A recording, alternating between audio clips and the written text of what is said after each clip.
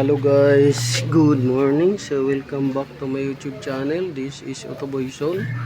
So mayroon tayong i-check ngayon guys na Yamaha Mio i125. So ang issue nito guys ay pinarada lang ng isang araw, kinamagahan ayaw ng umandar. So paandarin natin para ma-confirm. Ayan, umiilaw naman siya pero walang response.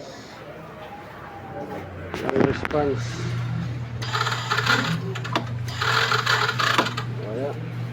So yan yung check natin. So dito wala rin dito.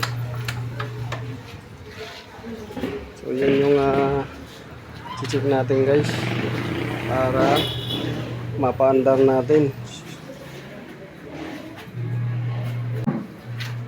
So yun guys, upon checking natin guys, so ito yung spark plug, okay naman yung spark plug nya.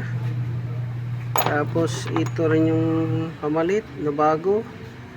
Ang problema, walang kurenting dumadaloy.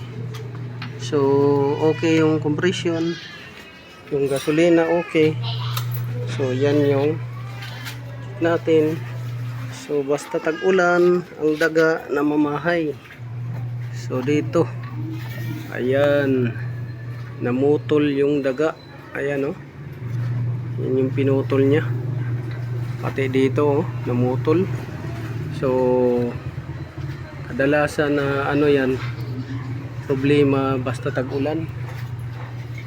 Tag-ulan guys, namumutol ng wire yung daga. Yan yung problema nya. So ito, yan oh, yung pinutol nya. Yan yung pinutol nya. So yan yung problema basta hindi nyo mapaandar ng araw-araw, hindi nyo magalaw, babahayan ng daga. So gagawin natin, disconnect natin yung negative battery ito para hindi siya mag short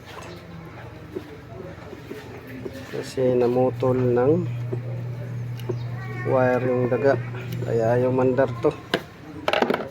Pinarada lang ng isang araw, kinumagahan ayaw ng mandar. So dahil tag-ulan ngayon, ito yung paborito ng daga, ang mamutol ng wire. So ating tatanggalin muna yung negative para hindi mag short, dahil dudugtungan natin ng mga wire yan, pinutol nya. Dudugtong tayo ng wire.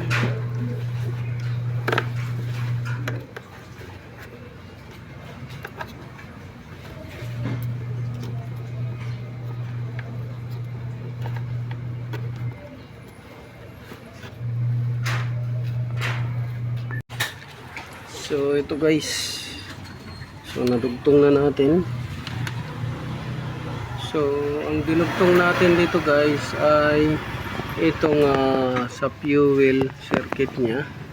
Ito dinugtong natin dahil pinutol din. Sa ignition nya dinugtong natin dahil pinutol din, at saka sa relay nya. So tatlo yung location na inano. Dito ang pinutol sa ignition, isang wire. Dito dalawa, dito sa kabila apat.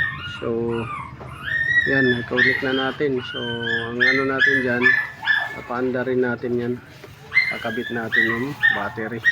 So tingnan natin kung aandar siya guys. So, kabit natin muna yung battery negative, tapos paandarin natin.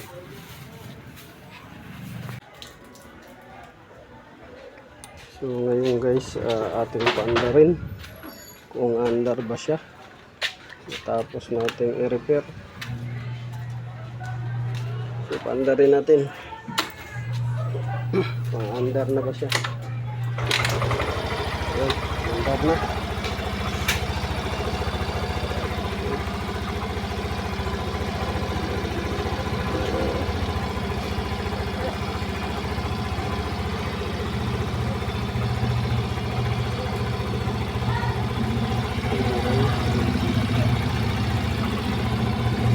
yun. Yun lang guys, umandar na. Ang gagawin natin dito, balik natin yung mga tinanggal natin. So, paalala lang sa mga may motor. Paanda rin niyo umaga araw yung motor ninyo para di pamahayan ng daga.